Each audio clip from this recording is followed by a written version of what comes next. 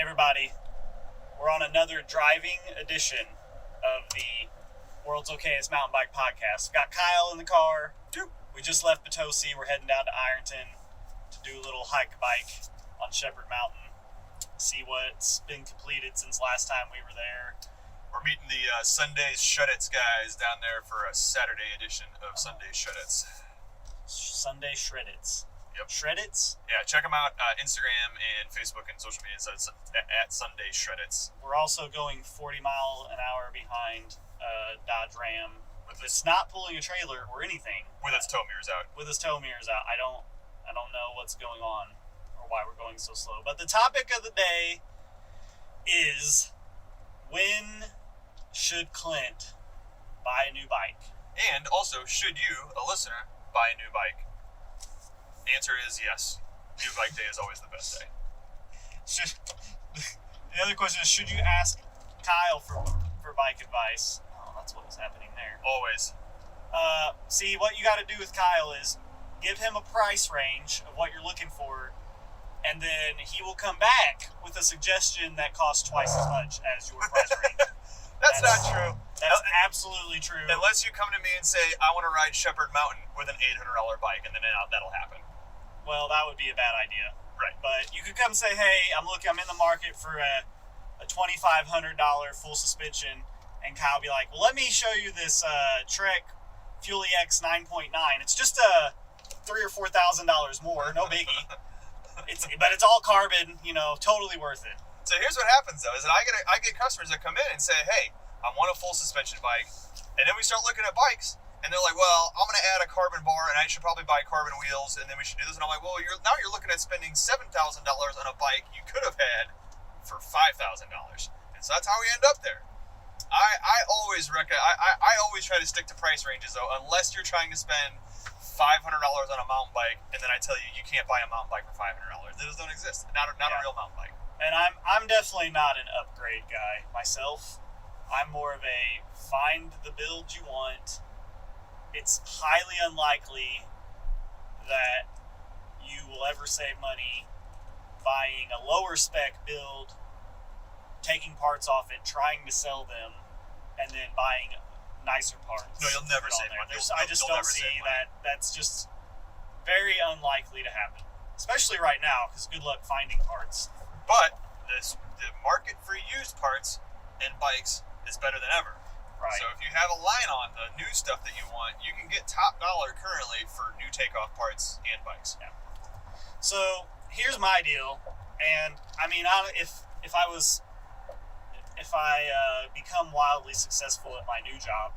By the way, I have started a career in wealth management and financial planning. It's been probably a year and a half in the making of just getting to this point. I work for a bank, so if anybody needs investment advice or wants to come up with a financial plan and get on the road to that, hit me up. Just hit us up at the podcast email. It's okayestmtb@gmail.com. Okay, that's a terrible shameless plug. That was that was shameful. That was a straight shameful Anyway, plug. I have a really sweet looking bike. All right, I'll put a picture of it up on Facebook. If Zach Morris from Saved by the Bell. Saved by the Bell had a bike, this is what it would look like. That's what it would look like, yeah. It's a Trek / 9.8. It's 2019. I've got the neon yellow rear end blended with the bright Miami blue green. They call it Miami green. It's like a sky blue teal. It's like on the green side of Tiffany blue. Yeah. Yeah. And then I have these sweet pink custom Trek stickers with the drop shadow. It looks great. But the new Trek / just came out, and it's the best bike ever. Of course it is. Of course it is. It sounds pretty good. The reviews are good. People say it hasn't totally lost its playfulness for an enduro bike, because I was worried about that. I thought if it's just an absolute sled, I don't know if my next bike was going to be a Trek. I was going to look at some other options, because the current Trek / even though it was designed and came out in late 2016, this frame design I'm on, but it still makes for an okay trail bike. It has kind of a lighter feeling. It's not just a pure sled. Now, the trade-off is I don't think when I'm charging straight into a rough section that it's not a magic carpet ride, which is fine with me. And I just had the suspension fully rebuilt. I love the spec on it. I've got it dialed for me. But the question is, should I sell it this year while there's some good value with it, while the market's good, and order a new bike, and then play the waiting game and not knowing how long it's going to take for that to come in? Or should I hang on to this one until maybe next spring or so? Well, that's the question. So, judging by the market, you might be holding on to it till next spring anyways, depending on what the availability is of the replacement bike you want to get and what model you want to do. Now, I will say that when I first saw the colors for the Trek Slash, I was not impressed. However, I've seen a couple of them in person now, and then I've seen a couple of the ones posted online, and it looks super cool. It really does. Yeah, I'm not sure which one I'd even try to get, if I try to get the black or like the dark blue with the red. It's like a raw carbon it's a clear coated raw carbon weave with the blood red clear coat on certain sections, and it looks incredible. Like, I was really impressed at how that bike looks. Not on the dealer site, like actually just like photos of it in the wild per se. Right. So I'd probably go with that, and then maybe have my wife whip up some color accents on the Cricket, or actually talk to a sign shop that they didn't really see any reason they couldn't do a sweet wrap on mine. So maybe do a frame wrap with some cool looking graphics. I don't know.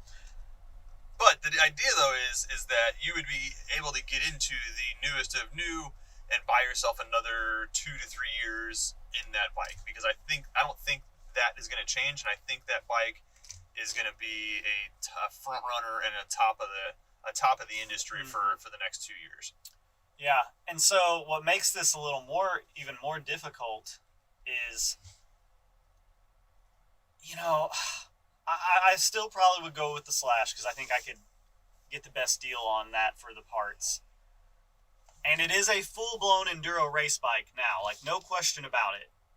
And, Shepherd Mountain is my home trail, so it's certainly like the right tool for that job. 100%. It's definitely the right tool now for where we're at. I'm not going to be overbiked for where I ride the most. Correct. And I'm even at the point now, so I just got myself a brand new Trek Remedy.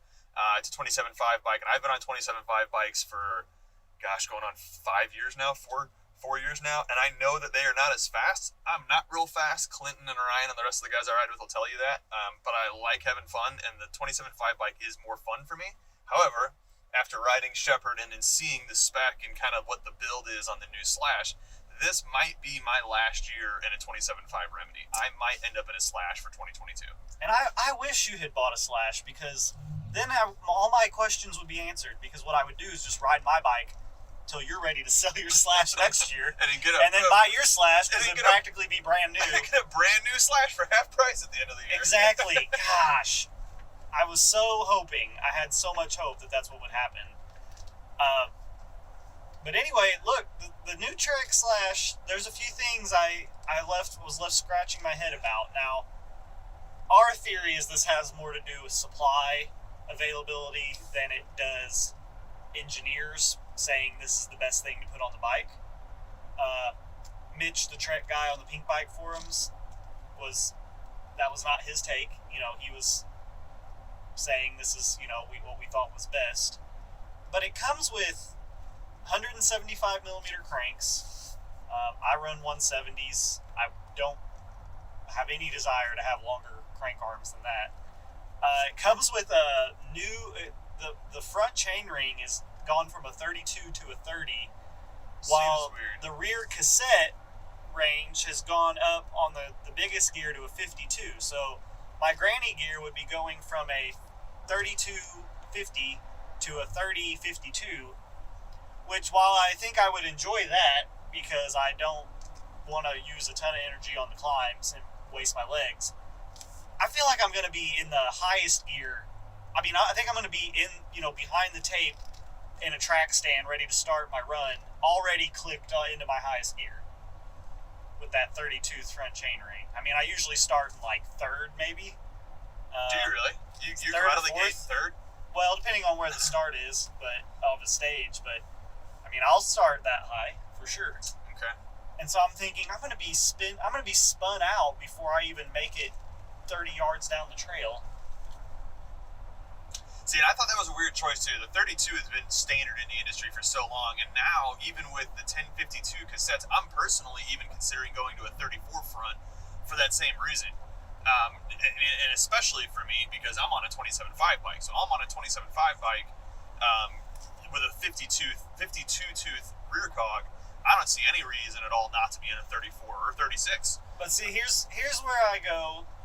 Maybe this would work because when you think about, okay, how much speed is there to be gained by pedaling more? If you're in a situation where you are spinning out in your highest gear, how downhill is that, and how fast do you have to be going? Yeah, and it's the thing is, I don't think you'll encounter that kind of speed on an enduro course. I just don't. I think a real enduro trail that's on real single track, you will not be spun out at 30-10. Well, and if you are going that fast, you're probably not. You wouldn't be pedaling anyway. Right. You'd be tucking. You'd be pumping. Right. You probably would be in some rough terrain. You'd be more afraid of striking a pedal. I agree. And with those 175s. Now, the only place where I would see you where you might spin out at 30-10 is at a bike park. So, like, if you're at Colorado or Whistler, or you're riding, like, a real bike park where it's nice and wide open, you're talking about 10-foot, 8-foot wide trails. I feel like you have a higher chance of being spun out there at a 30-10 than you would be ever on a real mountain bike trail. I'm a little worried Weatherman might have lied to us. I was going to say, man, it is raining and we're, 2 miles out now from our trail? No, we're still 10 minutes at least away. I think we'll be all right. It's light skies up there. This is going to be... You know what's really fun is taking your brand new bike that you just finished building at 11 o'clock last night, throwing it in a car, driving 2 hours through a driving rain to get to your buddy's house, to load it up to his house, to drive another 30 minutes through driving rain before you ever even spin it. I've never even sat on the bike yet. This is not driving rain. This is mist. It is raining. This is sprinkle mist. Your wipers are on. Yeah, my wipers are on because the road's wet.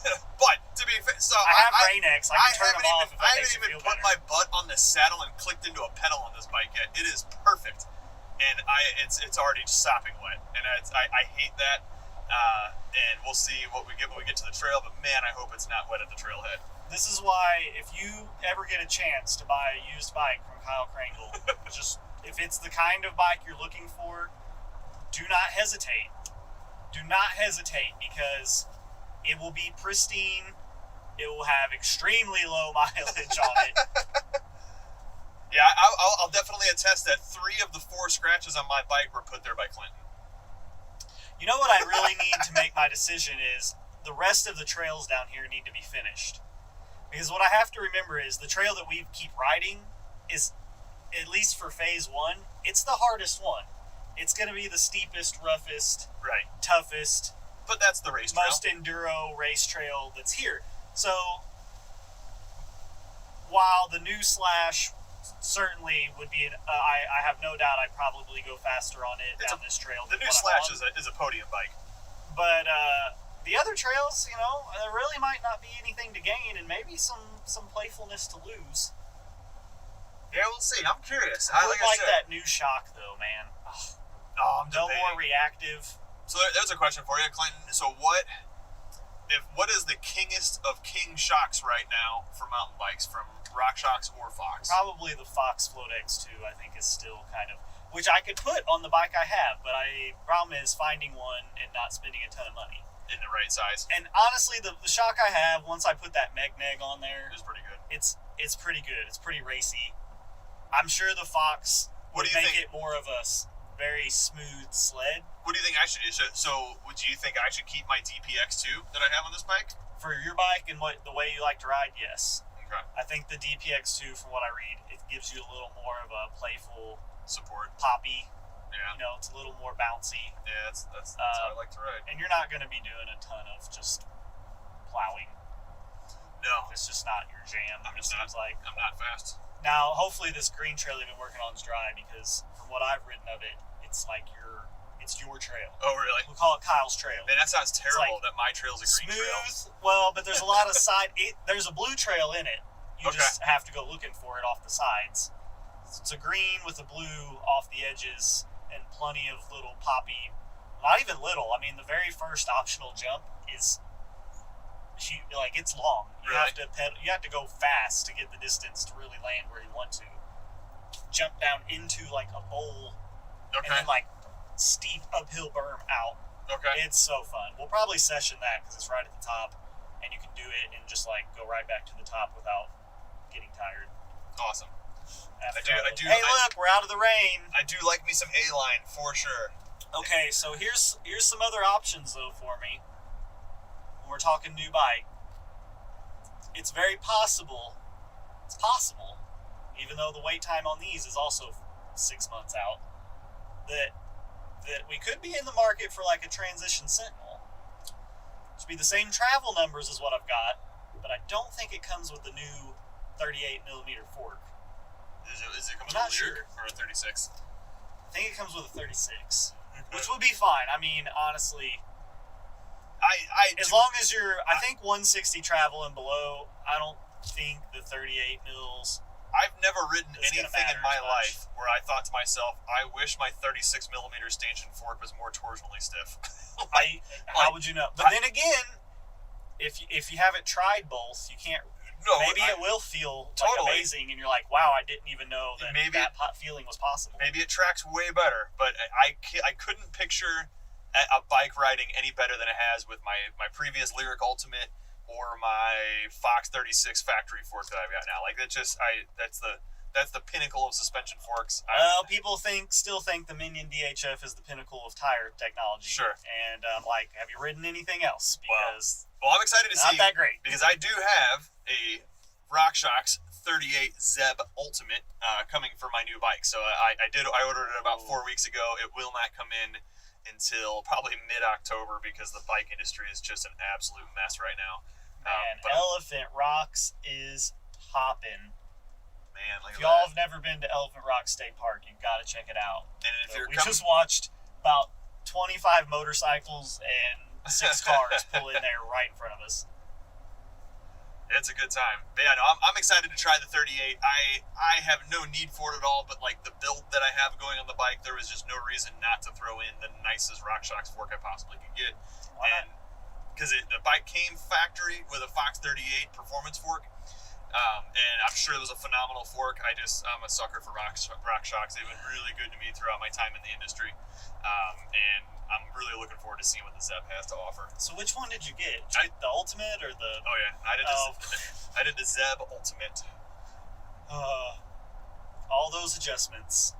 And what are Well, you know you'll what I'm never gonna play with do? them. You know what I'm going to do with those adjustments? You're going to get online, get a recommended setting, put them there, and never touch them again. I'm going to let Clinton borrow my bike for a weekend and give it back to me.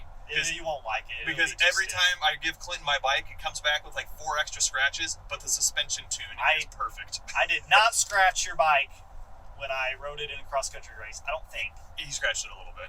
Oh, But- the did. water bottle thing. There was that. That's what chipped the paint. I But- didn't scratch nothing else. No, I'm sure you didn't.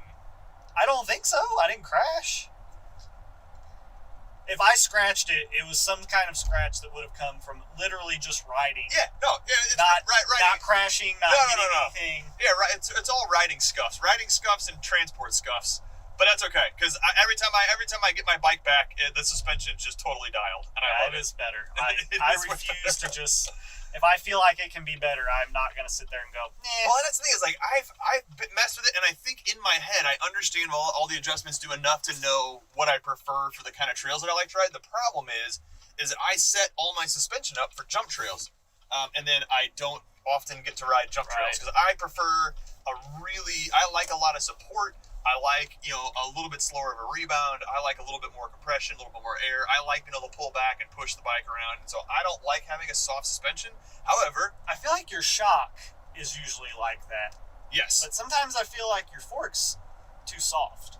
Oh, you think so? Well, Yeah. air pressure is probably a little different. 'Cause Your weight's different. my weight's a little different. But my shock always is stiffer. Like I run 10 or 20 psi higher than recommended in it, and then I play with it And then you from there. put it in the middle mode Right. on top of that, so it's like... Right, it's a lot of support, but for jump trails and flow trails, it feels awesome. Now the problem is I don't have access to jump trails or flow trails real often, so I run my suspension like that all the time, even when the trail I'm riding doesn't support that kind of setup, because I just don't have the patience to go through and redial my suspension every time. However, when you ride my bike, you set it up for whatever trail you're going to ride, and then I enjoy riding it better afterwards. Yeah.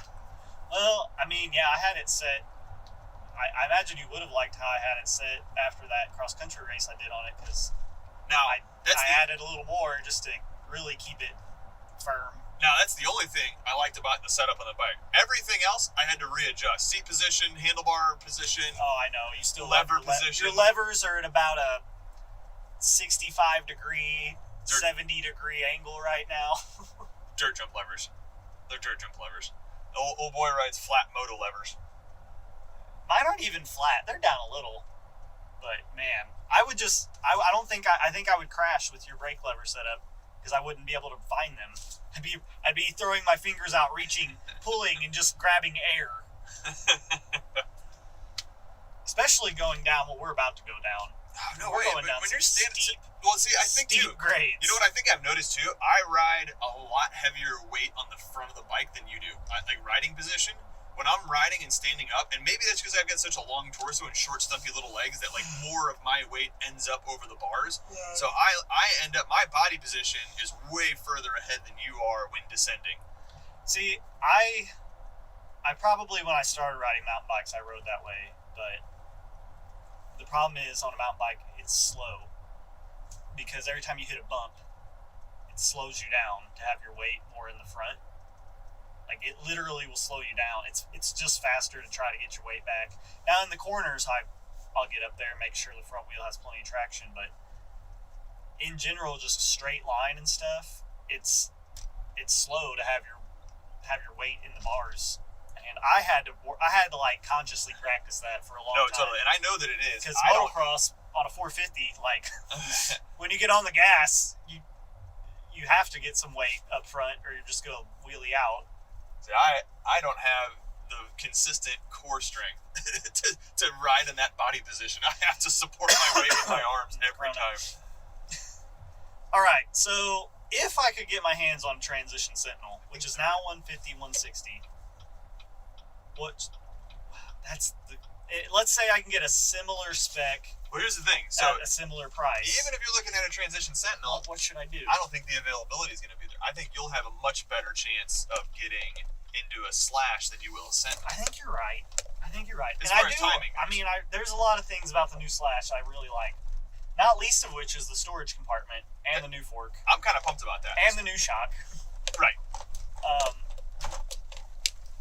I think that would probably be a better option. And I'm not too worried about the bro points with Transition. Uh-oh, are our boys leaving us? Or did they just get here? Probably just getting here. I don't know, they've been here for a while, I think. Probably been here for like 20 minutes. Oh, maybe they're just sessioning. Oh, man. Old all right, boy guys, e-bike. we gotta go. We'll follow up when we're done. He brought an intense taser e-bike. What a guy. All right. Sorry for the weird transition in the middle of the podcast, but we just got done riding at Shepherd Mountain in Arlington. It's almost like you couldn't edit that transition out. I'm not going to.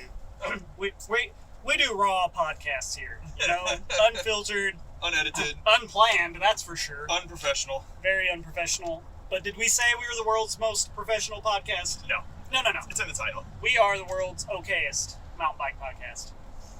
Anyway, just got done riding at Shepherd Mountain with some buddies. Devin Hines and Michael Fleeg. I feel like we should mention who they are. Totally, yeah. So it's STL Mountain Bike Camps and Sunday Shred-Its, boys. Say that again. Sunday Shred-Its. See, but I can never hear the R when you say it. Shred-Its. It sounds like you're saying Shed-Its. Shed-Its. I know. Like a shed. Sunday Shred-Its. Shred-Its. Yep. I think we're going to be in one. Yeah, we got his camera. Yeah, we got a lot of we'll. footage. Yeah, maybe we'll be more famous. So anyway, folks, since the last time we went down there, the last time I've checked in, they have completed, I'm guessing, quarter of the green trail. Maybe a third. Maybe a third. I mean, it's going to be 1.7 miles long, so... Dude, the green trail's great. I loved it. That was a ton of fun. Yeah. If you like riding bikes at all and you have a wife that enjoys mountain biking, they will love. My wife is going to love that trail. I can't wait to get her out there. It's definitely fun for everybody. If you're advanced, it's fun because there are some things to get some air on, some little side hit lines. But if you don't want to jump at all, you just roll right down the middle of that sucker. And they're huge berms, like A-line sized berms. Yeah, we didn't get to ride the big ones. They're not quite ready yet. We saw what they were working on, but we didn't want to go in and smash the loose, soft dirt that hasn't been packed yet. But these berms are huge. Like, they're the biggest berms I've seen in the Midwest that I know of. I mean, there might be a few at Leatherwood that I've seen that are that big. Fireline's got some decent sized berms. There's a couple on Fireline at Kohler that are about that size. Really? Yeah, it's only like two though, but they're like big downhill berms. You know what I mean? Like, right. But it's because it covers elevation. They're huge berms. Yeah, I guess so. I can't remember. Anyway, Kyle conquered some fears. Can you talk us through coming up to a section you've never done before and just going for it?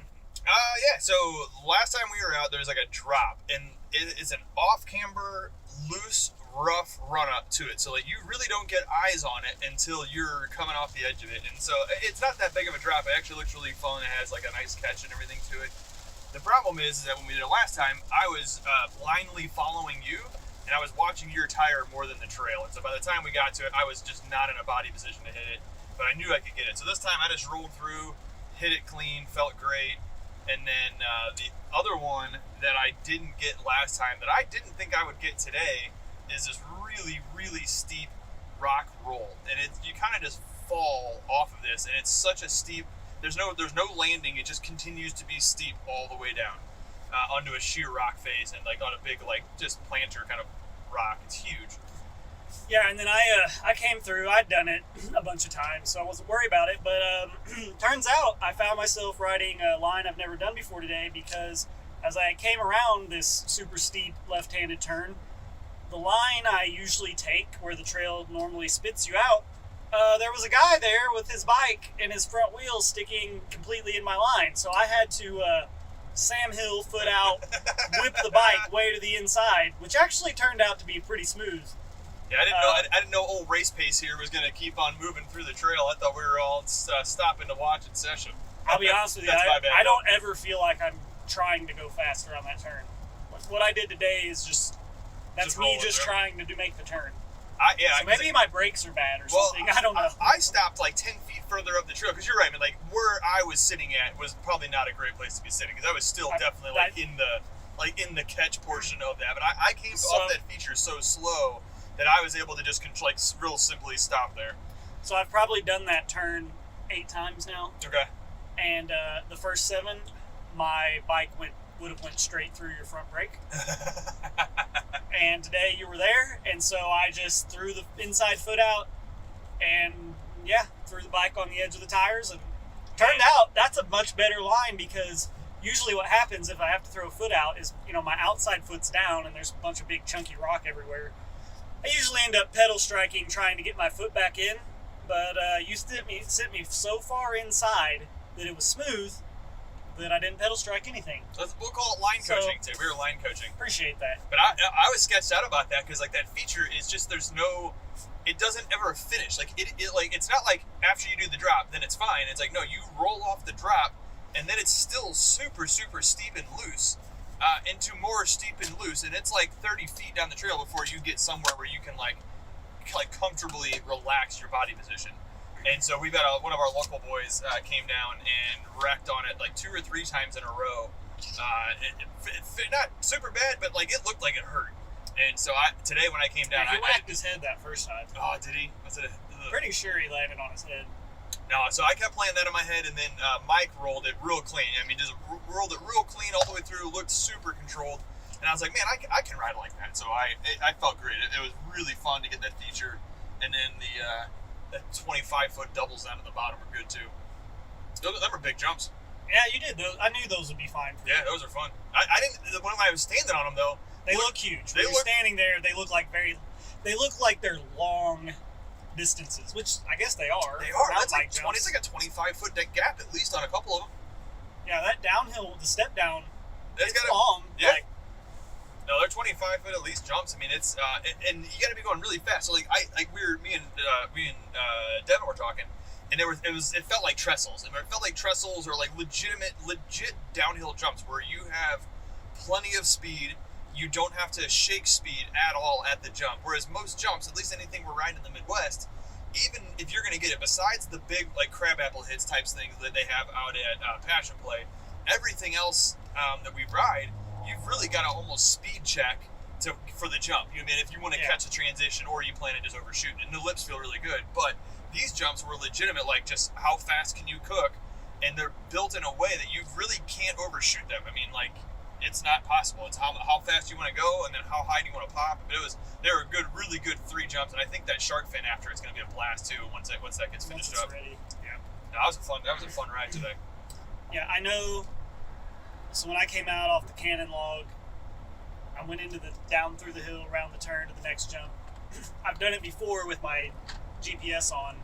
I think if you do it like that, I hit it around 26 miles an hour. Oh, really? Yeah. But then the second time I did it today, I bet I was only going 21, 22 maybe. On the boner I log? was no. Post boner Hitting log? hitting the 3 at the bottom without jumping the log at the top. Okay. I definitely wasn't going as fast as I was off the log, full trail speed. But I still made it fine. Yeah, like no, there's you a were very good. wide. I just had to maybe Very stretch comfortable it just a looking, hair. And it was such a different feeling too, because like they're legit downhill jumps. I mean, they're most other jumps that I've hit on my mountain bike, not like my dirt jump bike. You actually have to pull for, and not just pull for, but kind of like pull and kick and like hop. Make sure you don't nosedive. Yeah, like you kind of feel like you have to kind of finesse it. Whereas this, like you really do just pull. I mean, it's just pull and lift. You don't have to kick too hard or nothing, and you just send all the way to transition on all 3 of them in a row. They're built really well. Just sail. Oh, Just sailing. They were so much fun. Yeah, they're very fun. So I'm gonna ask Kyle to do something that's not in his wheelhouse. Kyle, so you're riding a new bike, which is really the same frame that you had, just a different color, really. Yeah, right. A couple different components, but yeah. But the main difference, the most significant difference, is the shock. Okay. So you had a RockShox Deluxe reactive through shaft, same one that's on the old Slash. Came on the Remedy. That's what you had, I think. Well, no, I had No, you had the Fox one, didn't you? Yeah, I had that shock 2 years ago, and then I'm coming off of a Fox factory something. You had the float DPS with the through shaft and reactive valve on your last bike. Correct. Yep. So this is basically the same bike, but with a the Fox DPX X2. Yeah, it's a DPX2. DPX2. Traditional DPX2, no reactive, no through shaft. No reactive, no through shaft. Has the external reservoir. It actually has I think the oil path or whatever, the way it goes through is basically the same as the Float X2. I think so too. Yeah. Yeah. It shares some. It just doesn't have the adjustability. It's not as big of a stand. There's definitely a lot of significant differences. But it shares the same skeleton roughly. So, could you tell any difference? So I'm bad about that, like Clinton said. This shock, the way I have it set up today, felt plusher, and it felt like it gave more when I needed it to, and was pretty firm when I needed it to be. So it felt like a more dynamic shock. But it's hard to tell. I was just so happy to be riding my new bike today that it really did. It felt phenomenal, and I would have to ride them side by side because I was coming off of a great shock before. I mean, that Fox factory shock was phenomenal, just with the reactive and the through shaft. I don't know if reactive or through shaft gives you much though. You're an advantage to a traditional shock. The only thing that reactive valve is going to give you an advantage, I think, is if you're racing cross country. Okay. I mean, honestly, and even then, I'm still not sold on it. Well, I don't think Trek is either because they got rid of it. Because Trek's not doing it for 2021. I think it lasted 2 years for them. So. Now, and apparently that was the problem because their enduro team is actually running the new through shaft shock with no reactive, whereas before they just ran like a standard RockShox Super Deluxe. Yep. So they're actually running the shock that comes on the bike. So I think maybe that reactive valve was the bigger part of the problem of making it where it just didn't feel as plush. Right. Even with it open, I think it's still Well, a little bit there. Well, and Trek has had, it's like, they've been using a proprietary style shock for the past 10 years. And so they've gone from... That reactive valve was on my 2016 bike I had. Was it? The reactive was? Well, Yeah. So they had... When I had that Remedy 8, Okay. aluminum Remedy 8, I think it was a 2016. Well, before that, they had TCRV, which is dual canister or dual rate control valve. Before that, they had something else. So Trek has been using in their main trail bikes some sort of proprietary technology for the past forever. I mean, really, up until this year. And so Trek this year made some pretty significant changes to their bike away from their own proprietary tech, which was really exciting to see. So Well, let me ask you this. Why is it you hate on Cannondale when they do their proprietary stuff, but you're fine when Trek does it? because Trek proprietary stuff isn't like an entire design of a bike around a proprietary shock. Like Cannondale will design something really, really bizarre and then design a whole bike around that really bizarre thing for no reason, in my opinion. And let's face it, Cannondale hasn't been a main mountain bike in the limelight of, giant specialized Trek, Santa Cruz, or in that they haven't been in the same breath as those brands in 15 years, not 10 years. Cannondale just hasn't had bikes on the market that are as exciting or as consistent as those other bikes have. I mean, Cannondale makes a Did great you see bike. this question coming? Well, You should have. I didn't see that one coming, but I've been asked that before for the same reasons. I like Trek, don't get me wrong, but sometimes I'm like, well, if we're going to be fair, we need to be fair. All right, we're running in to get some ice cream, and we might finish this up again in a minute. All right, we're back at the car. Ice cream, post-ride tacos and ice cream. Yeah, the all the weight loss benefits I could have had today just went bye-bye.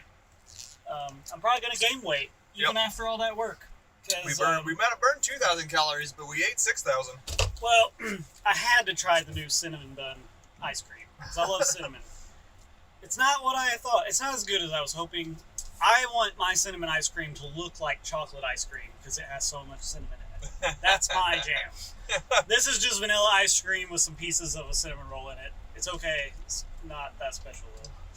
But what we did do was we got a quart and some ice cream for the women folk back home so we don't get in trouble. Because we spent 5 hours riding bikes today, and we probably should have only spent 2. Yeah. Yeah. Yep. Yeah, I'm going to get banned for riding with you if I can't make it faster than that. Same. So, That's why I only make it down once every other 6 weeks or so, because this is what happens every time. I blame Devin and Mike. It's their fault. What were we talking about? Proprietary tech with mountain bikes. So I was so stoked about this because so many brands, Cannondale, Trek, being two frequent offenders, Specialized though too. Specialized has their weird brain shocks and other stuff like that. Like every brand has some form of proprietary tech, and most times Trek, guilty of it more than most, they kind of don't care what the consumer says about the feedback about it. Like they'll just push a thing. Nobody is ever like, oh man, I'm so glad they did it to my bike. Let's talk about knock block for a second. Knock block never bothered me. It wasn't a big deal. I didn't care at all. It's on my bike and I don't care. It has never affected the way I ride anything at all. Now, with that said, there's a lot of people that hated knock block. And this is the kind of thing where Trek normally would just be like, well, we got knock block now because one year we said it was the best thing ever. That the frame design, the improvements that we were able to get out of using it, it wasn't worth it. We're going to stick with it forever. So, with that said, Trek, after about 2 years of knock block, finally said, you know what? We heard from enough people. We're going to take out our knock block technology and make the frame so that the fork can clear the frame underneath so you don't have to use it. So the new Slash has an optional knock block. So all it does is prevent your bars from smashing your top tube in a wreck. But if you want to run no knock block, you can just pull the knock block chip out and run it just wide open like a normal bike, which is awesome. So, and the other thing they did too, which Trek has been pushing forever, is press fit bottom brackets. I hate press fit bottom brackets. Now, I haven't had personally any trouble with them in the past few years, but if you want to take out a bottom bracket to do any kind of maintenance, you can never reuse a press fit bottom bracket, at least not any kind of factory one. Like the Wheels Manufacturing makes a nice threaded one, it's neat, but like everything else, you can't, they're just a pain in the butt. You have to have all kinds of special tools to take them out, put them in, etc. But Trek said, you know what, guys? Maybe this press fit bottom bracket thing isn't the best idea. New slash, threaded bottom bracket again. And I was so happy to see that. Like, it's really neat to see a huge brand like Trek, who's been pushing kind of proprietary stuff for so long. It's actually listen to the consumer and say, you know what, we're just gonna put this back because we don't think it benefited us to continue with it. And I thought that was awesome. They did those two new things with the slash specifically. So, we know all about the slash. The Remedy has not changed in a couple years. You're right, it is still the best bike ever. Whatever. They haven't changed it at all. Didn't You think they'll just keep it? This is the current Trek Remedy going to be the bike that just stays the same for like 10 years? Man, I wish I could say yes, but if I have to guess, this is the last year for the Trek Remedy. What do you think is going to happen? I don't know. I'm kind of curious. So Trek has kind of shied away from entirely 27.5 bikes. They used to have options. They used to do all kinds of stuff with the 27.5 wheel size. Trek has pretty much predominantly gone back to exclusively making 29ers, with the exception of the Roscoe Hardtail, which is a hilariously fun bike. So we saw the kind of movement that Trek is making right now with their lineup, with the Stash. So the Stash was the greatest hardtail ever made, still is. And for 2021, Trek thought it was so great they're not going to make it anymore. So That's how good it was, people. That's how good it was. So what we saw though was at one point in time in the heyday of plus size bikes, the Stash had I think 5 different models. They had 2 aluminum and 3 different carbon models available, and then eventually it was 2 aluminum and a carbon, and then eventually it was 1 aluminum, 1 carbon, and then for 2021 it doesn't exist anymore. And that's kind of what I'm seeing happening with the Remedy. So as of right now, today is like mid-September, Trek has only 1 aluminum Remedy and 1 carbon Remedy. And my imagine is that bikes only really sells in areas with bike parks. I think your average trail rider right now understands and knows the benefits of a 29er, the speed it can carry, and have just moved completely over to the 29er platform again. And the only guys that care about 27.5 bikes are guys that ride bike parks and like jibbing and playing around and doing jumps and whipperbales and stuff like that. So let's just imagine. So if I'm here's a lineup that makes sense to me for Trek to have. Assuming they want to get away from 27.5 as a, because I think, well, I don't know. It seems crazy to me that they would totally get rid of a 27.5 bike. I think so too. And that mid-treble class. So like right now, with the Remedy out, there's nothing between a Fuel EX and a Slash. It goes from a 130, 140 trail bike here's why, to a 160, 170 enduro race weapon.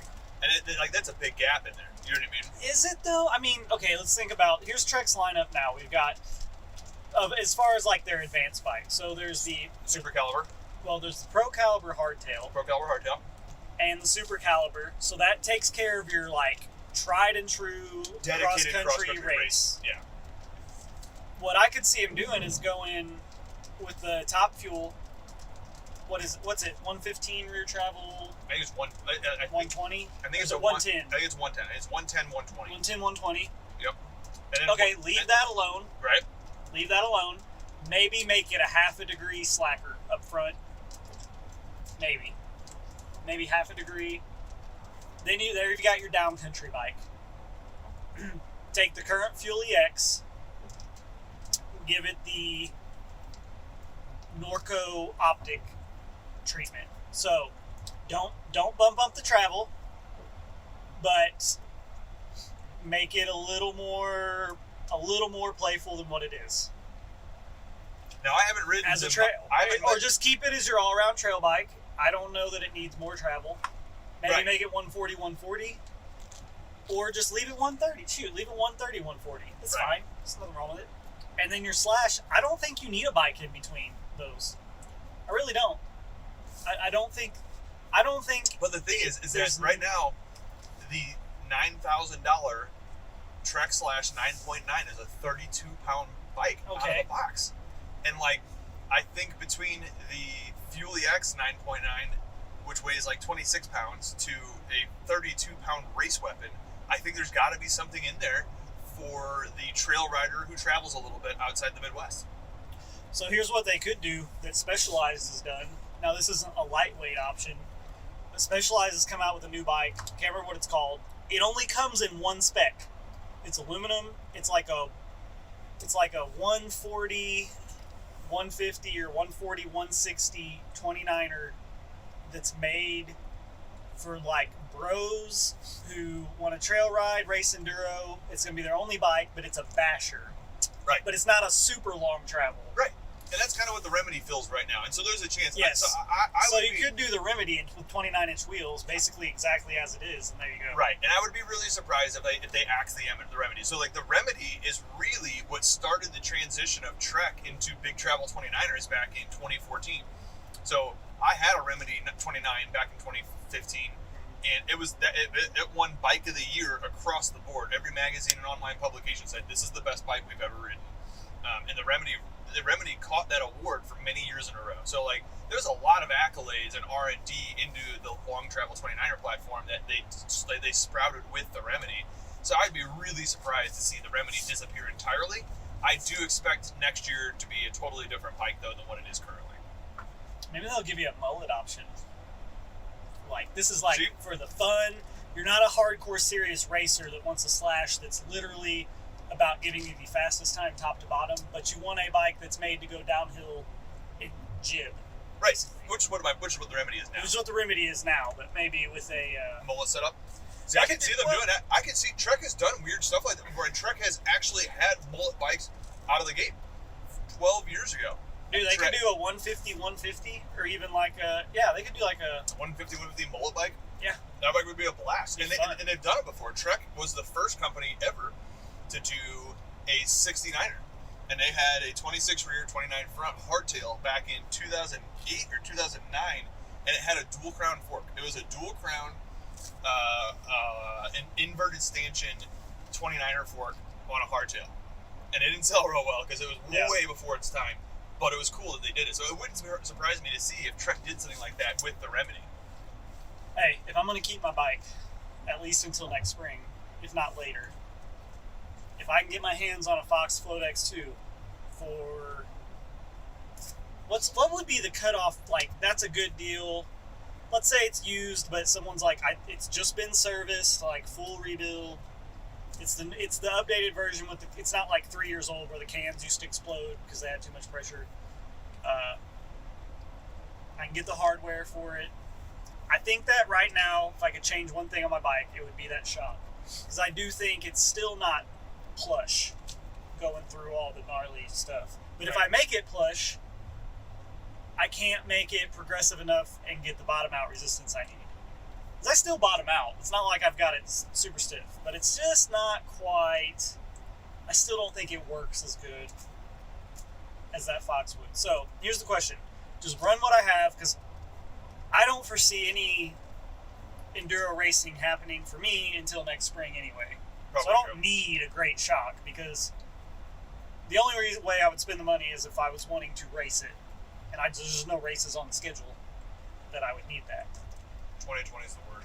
Do I try to get a shock for Christmas, or just run what I've got? Run what you got. By the time you have a feasible time to actually use that rear shock, meaning we're past the freeze thaw of the season of Christmas and winter, you are going to be looking at getting your new Slash. Probably true. You would have minimal miles and benefit out of that expense.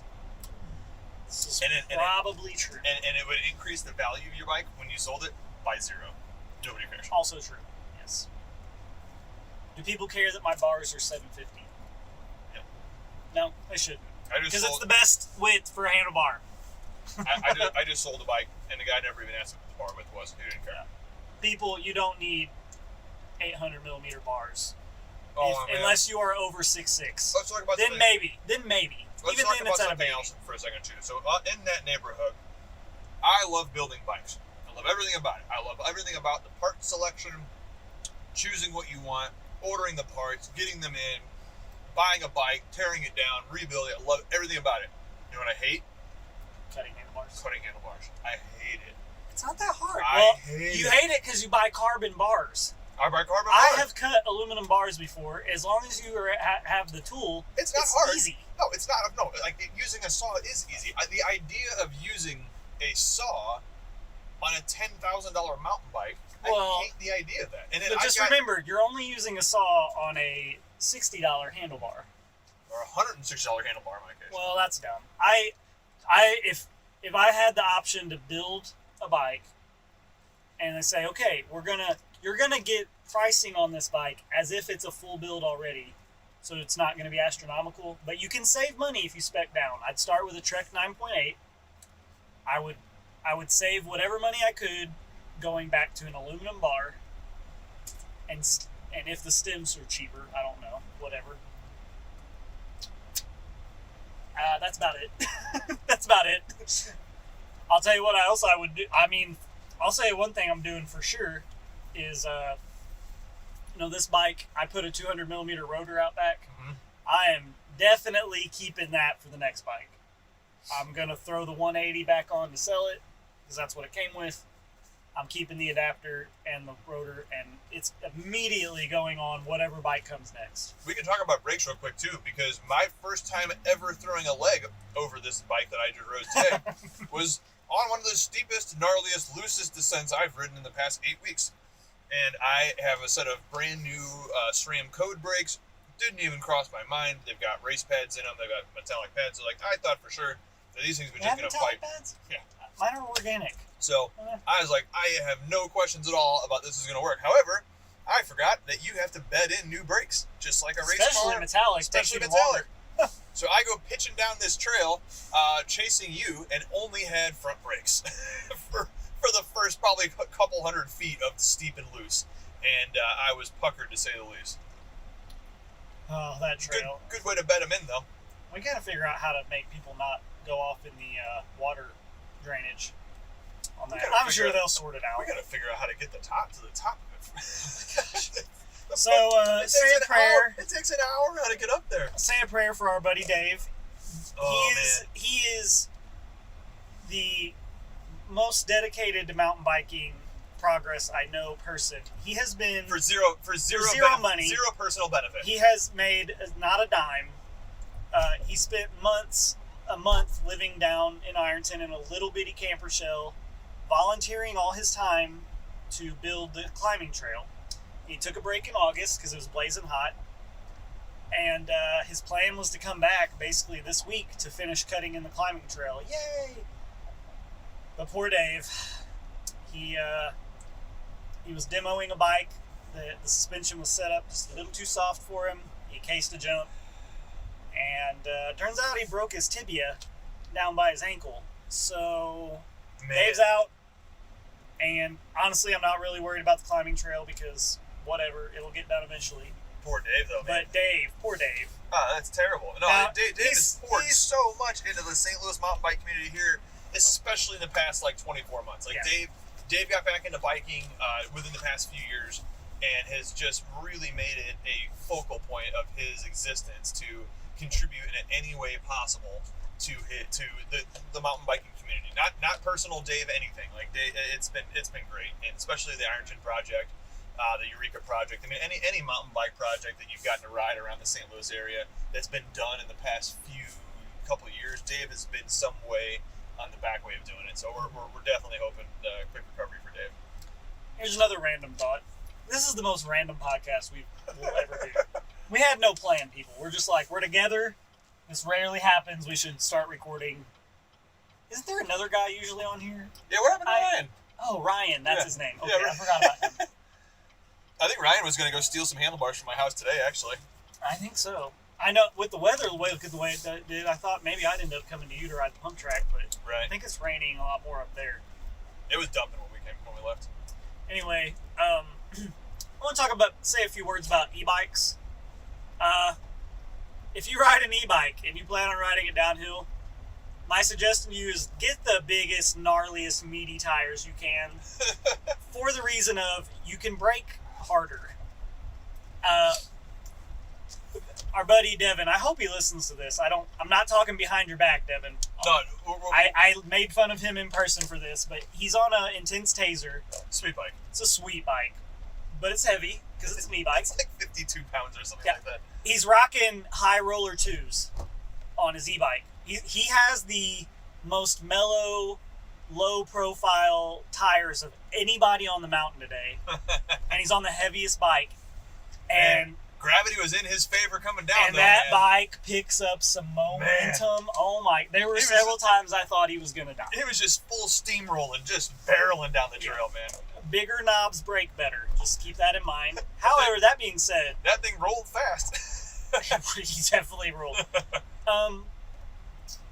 By this time, pretty much everybody's seen the video that the guy in the e-wheelchair mountain bike posted, where he's rolling up the trail and he gets harassed. And I'm not even going to talk about the dum-dum that yelled at him and his wife.